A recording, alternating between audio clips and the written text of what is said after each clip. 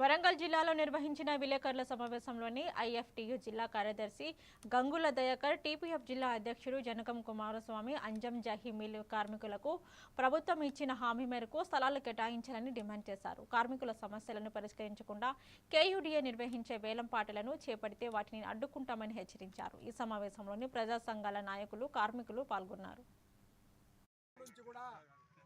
మరి కార్మిక సంఘాలతో పాటు ఆజింజ మిల్ కార్మికులు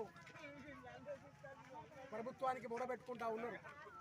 అయినప్పటికీ కూడా ఈ ఆజింజ మిల్ భూమి స్థలంలోనే టెంట్లు వేసి మరి వేలం పాటలకు 18 మంది కార్మికులకు ఇవ్వకుండా 134 మంది కార్మికులకు ఇచ్చి మరి వీళ్ళందరినీ ఎక్కడ ఏం చేయాలి? ఈ అనాథులుగా మారుస్తారా మీరు?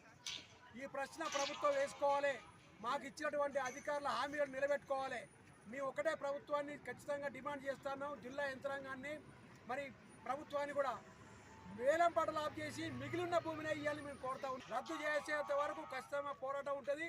అదే క్రమంలో రేపు జరగబోయే వేలంపాట అవుతుందో దానికి పెద్ద ఎత్తున వచ్చి అది అడ్డుకుంటామని చెప్పని ఈ సందర్భంగా ప్రభుత్వాన్ని హెచ్చరిస్తాం.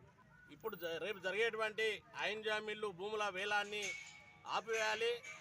318 మంది కార్మికులకు కొంతమందికి ఇచ్చారు, కొంతమంది ఆపారు.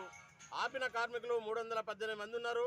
వాళ్లకు ఆ ప్లాట్ కేటాయించాలని డిమాండ్ చేస్తూ రేపటి వేలాన్ని ఆపేయాలని చెప్పి ఈ కార్మికులు కూడా ఈ మాఫియాలన్నీ కూడా కార్మికులకు వ్యతిరేకంగా పనిచేస్తూ కపట ప్రేమను వెలకబోస్తూ ఈరోజు ఈ భూములు అమ్మడానికి సిద్ధపడ్డారు. ఈ భూములు ఎట్టి ఘోషాన మేము భౌతికంగా పోరాటం చేసి రేపు జరగబోయేటువంటి వేలాన్ని ఆ శక్తి మేరకు మేము మా కుటుంబాలతో సహా మేము అడ్డుకుంటాం. ఇంకా అంటే ఈ తీవ్ర పరిస్థితులు ఎదురవుతాయి.